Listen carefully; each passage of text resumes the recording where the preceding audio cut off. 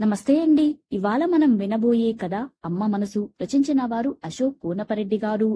విజయవాడ శివార్లో ఉన్న ఆ పెంకుటింటి వసరాలో వాలు కుర్చీలో కూర్చుని ఆలోచిస్తుంది. 70 ఏళ్ల పైపడ్డ అన్నపూర్ణ. ఎండాకాలమైన సాయం సమయం కావటంతో ఇంటి ముందున్న బాదం చెట్టు గాలికి ఊగుతుంటే వస్తున్న చల్లటి గాలికి ఆమె మనసు కొంచెం తేలికపడింది. ఇక ఈ రహస్యం నేను దాచుకోలేననుకుంది అన్నపూర్ణ. ఆ రోజు 10వ సారి. ఇవాళ కొడుకు శంకరానికి ఈ విషయం చెప్పేసి మనవరాలు ఆమని పెళ్లి ఖాయం చేయాలనుకుంది. సరిగ్గా అదే సమయానికి మిల్లు నుంచి వచ్చిన శంకరం వాసరాలో చెప్పులు విప్పి తల్లి వంక అభావంగా చూశాడు. ఒక్కగానొక్క కొడుకైన శంకరం దగ్గర్లో ఉన్న ఒక రైసు మిల్లులో పద్దులు రాస్తాడు. అతని చాలీ చాలడి జీతంతో కోడలు శారద ఎంతో నేర్పుగా ఓర్పుగా ఆ కుటుంబాన్ని నెట్టుకొస్తుంది. నిన్న వచ్చిన సంబంధం వాళ్ళు ఫోన్ చేశారా? ఏమన్నారు? అంది అన్నపూర్ణ శంకరం వైపు ఆదుర్దాగా చూస్తూ. అమ్మాయి నచ్చిందట. కట్నం కూడా వద్దన్నారు. కాని పెళ్లి ఖర్చులకని 2 లక్షలు అడుగుతున్నారు. నా వల్ల కాదని చెప్పేశాను. 50,000 1,00,000 అయితే అప్పో సొప్పో చేసి తెస్తాను. 2 లక్షలు నేనెక్కడి నుంచి తెచ్చేది? అన్నాడు శంకరం తల్లి వంక చూడకుండా ఎటో చూస్తూ. ఆమనికి పెళ్లిడు వచ్చింది. సంబంధాలు చూడమని కొద్ది నెలలుగా శంకరాన్ని కోరుతుంది అన్నపూర్ణ. ఇంతకు ముందు వచ్చిన 1-2 సంబంధాలు అమ్మాయికి డిగ్రీ లేదు, ఉద్యోగాలు రావని తిరస్కరించారు. అయితే ఎవరి ద్వారానో తెలుసుకుని నిన్న వచ్చిన సంబంధం అన్ని విధాలా బాగుంది. బంగారు బొమ్మలా ఉండే ఆమని వాళ్ళకి నచ్చింది. అబ్బాయి బాగున్నాడు, బుద్ధిమంతుడు. ఈ సంబంధం ఎలాగైనా ఖాయం చేయాలనుకుంది అన్నపూర్ణ. భర్త శేషయ్య బతికినన్నాళ్ళు తాగుడికి బానిసై ఉన్న కొద్దిపాటి ఆస్తిని ఆమె ఒంటి మీదున్న నగలతో సహా ఆ వ్యసనానికి తగిలేశాడు. మరేం పర్లేదు, రేపు వాళ్ళకి ఫోన్ చేసి సంబంధం ఖాయం చేసుకుందామని చెప్పు. 2 రోజుల్లో వచ్చి ముహూర్తాలు పెట్టుకోమను అంది అన్నపూర్ణ కొడుకు కళ్ళలోకి చూస్తూ. శంకరం కొంచెం ఆశ్చర్యంగానూ మరికొంచెం కోపంగానూ తల్లివంక చూశాడు. అంతలోని తోకతొక్కిన తాచులా ఆమె మీదకు లేచాడు. నీకేమన్నా పిచ్చి పట్టిందా? నువ్వు సంపాదించిన లక్షలేమైనా మిగిల్చావా వాళ్ళకివ్వటానికి? నీ దగ్గర ఏముంది? మెడలో ఓ నూలుతాడు తప్ప. అసలు నా మీద నీకేం ప్రేమ ఉంది? నాకేం మిగిల్చావ్? అన్నాడు అసహనంగా. నిజానికి శంకరానికి తల్లంటే అమితమైన ప్రేమ గౌరవం ఉన్నాయి. కాని పేదరికం, భవిష్యత్తు మీద భయం మనిషిలోని విచక్షణను చంపేస్తాయి. ఉన్న కొద్దిపాటి ఆస్తిని ఒంటి మీదున్న బంగారంతో సహా అడ్డు చెప్పకుండా తాగుపోతూ తండ్రి చేతిలో పెట్టి తనకేమీ మిగిల్చలేదన్న అసంతృప్తి శంకరానికి తెలియకుండానే అతనిలో జీర్ణించుకుపోయింది. ఆఖరికి ఆమె కష్టపడి కుట్లు అల్లికల ద్వారా సంపాదించిన డబ్బుని కూడా భర్త వ్యసనానికి తగిలేసిందన్న బాధ తరచూ వేధిస్తుండేది. డబ్బుకి కొంచెం కష్టం వచ్చినప్పుడల్లా ఆ అసహనం ఇంకా పెరిగిపోయేది శంకరానికి. అది గుర్తొచ్చినప్పుడల్లా నాకేం మిగిల్చావ్ అంటూ పదే పదే తల్లిని దెబ్బి పొడుస్తుంటాడు. ఒరే శంకరం, అలా అనుకురా. నీ మీద ప్రేమ లేదని, నీకేమూ మిగిల్చలేదని అనుకోవద్దురా. ప్రతి క్షణం నువ్వు పీల్చే గాలి, నిన్ను బతికించే గాలి నీకు కనబడదురా. మనం నమ్ముకున్న కనకదుర్గమ్మ మనకు ఏనాడూ కనబడలేదురా. కాని ఆ తల్లి చూపిన కరుణ వల్ల మనం బాగానే ఉన్నాం. అటువంటిదేరా తల్లి ప్రేమ. నా దగ్గరున్నది నీకు కనబడనిది అంటున్న అన్నపూర్ణకి దగ్గుతెర వచ్చి ఇక మాట్లాడలేకపోయింది. నా మీద ప్రేమ. ఒకసారి సంబంధం కుదిరితే ఎలాగోలా డబ్బులు తెస్తాళ్లే అనుకుంటున్నావేమో. అది జరిగే పని కాదు. ఈ సంబంధం చేయడం నా వల్ల కాదు అని అరుస్తూ విసురుగా ఇంట్లోకి వెళ్లి ముసుగు తన్ని పడుకుండిపోయాడు శంకరం. కొడుకు మాటలు విన్న అన్నపూర్ణ మనసు బాధగా మూలిగింది. కొడుకును ప్రేమించలేని తల్లి ఈ లోకంలో ఉంటుందా? కొడుకు కోసం తను జీవితాంతం ఎంత కష్టపడింది. వ్యసనపరుడైన భర్త కుటుంబాన్ని వదిలేస్తే ఆ కుటుంబానికి తానే పెద్ద దిక్కైంది. తల్లి నేర్పిన అల్లికలు, గుడ్డు పనులతో రాత్రింబవళ్లు కష్టపడి అవసరమైతే పస్తులుండి కొడుకు పరీక్ష ఫీజులు కట్టింది. ఒక యజ్ఞంలా భావించి వాడిని డిగ్రీ చదివించి వాడినొక ఇంటివాడిని చేసింది. నిజమే, భర్త వ్యసనానికి బానిసై డబ్బు అడిగినప్పుడల్లా కాదనలేకపోయింది. అది ప్రేమ, భయమా, నిరాసక్తత లేక చేతకానితనమా ఏమో తనకే తెలియదు. అయినా కొడుకు అలా అంటాడేగాని తనంటే వాడికెంతో ప్రేమ. తనకి ఒంట్లో చిన్న నలత చూస్తే విలవిల్లాడిపోతాడే.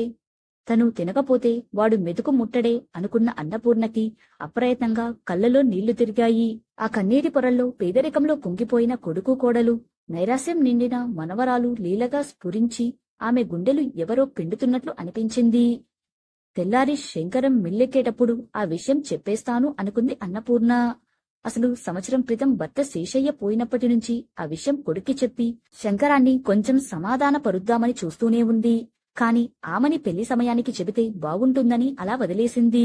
ఇప్పుడు ఆ సమయం వచ్చింది. పొద్దున్నే ఆ విషయం వాడికి చెప్పేసి నా బరువు దించేసుకుంటాను అనుకుంది అన్నపూర్ణ మళ్ళీ.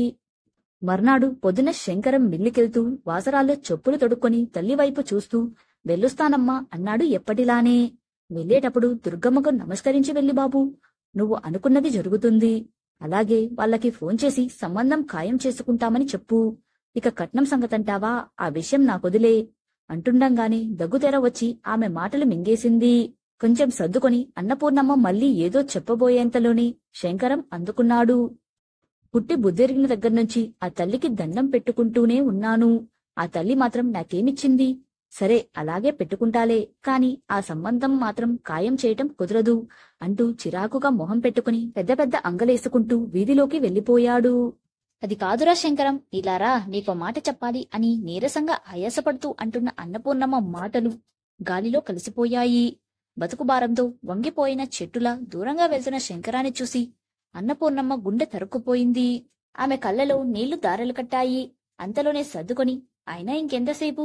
సాయంత్రం వాడు రాగానే ఆ విషయం కాస్త చెప్పేస్తే వాడు కష్టాలు తీరిపోతాయి. డబ్బుకి కష్టం వచ్చినప్పుడు అలా మాట్లాడుతాడు గాని వాడి మనసు వెన్నా పిచ్చి నాగన్నా అనుకుంది.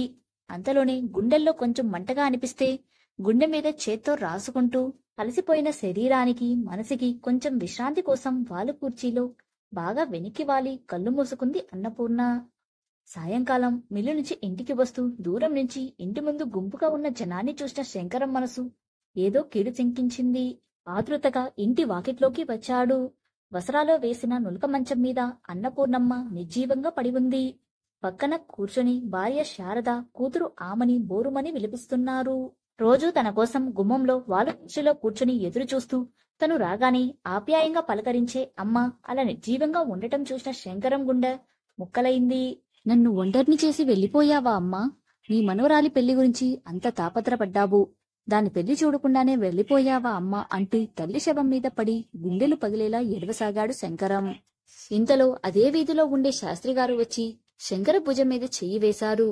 ఈ ఎండలకి గాలులకి తట్టుకోలేకపోయింది బాబు పెద్ద ప్రాణం. గంట క్రితం గుండె ఆగి చనిపోయింది. బాధపడవద్దు, జరగవలసింది చూడు అన్నారు బాధ్యతను గుర్తు చేస్తూ. స్నేహితులు శాస్త్రిగారి సాయంతో ఆ రోజు తల్లి అంత్యక్రియలు ముగించి ఇల్లు చేరిన శంకరానికి వాసరాలు ఖాళీగా ఉన్న వాలుకుర్చీ చూసేసరికి తల్లి గుర్తుకు వచ్చి గుండె చెరువైంది. అలా ఏడుస్తూనే తెల్లవారుజామున ఎప్పుడో మగత నిద్రలోకి జారాడు శంకరం. శంకరానికి మెలకు వచ్చేసరికి రెండో రోజు కార్యక్రమం చేయటానికి వచ్చిన సిద్ధాంతిగారు వాసరాలో కూర్చొని ఉన్నారు. శంకరం స్నానం చేసి సిద్ధాంతిగారితో కలిసి కృష్ణానది తీరాన తల్లిని దహనం చేసిన ప్రదేశానికి చేరుకున్నాడు. ఎండల వేడికి తల్లికి పెట్టిన చితి పూర్తిగా ఒక్క కర్రపుల్ల కూడా మిగలకుండా కాలిపోయి బల్లపరుపుగా ఒక అంగుళం మందమైన చితాభస్మంగా మారిపోయింది. ముందుగా సిద్ధాంతిగారు శంకరాన్ని చితికి ఒక పక్క కూర్చోబెట్టి పూజ చేయించారు. ఆ తర్వాత ఆయన ఇంకో పక్క కూర్చొని ఒక చిన్న కర్రపుల్ల శంకరం చేతికిచ్చి తల్లిని చితిమీద ఏ విధంగా పడుకోబెట్టారో అలాగే ఈ చితాభస్మం మీద తల, కంఠం, కడుపు, చేతులు, కాళ్ళు భాగాలుగా వచ్చేలా బొమ్మ గీయమన్నారు.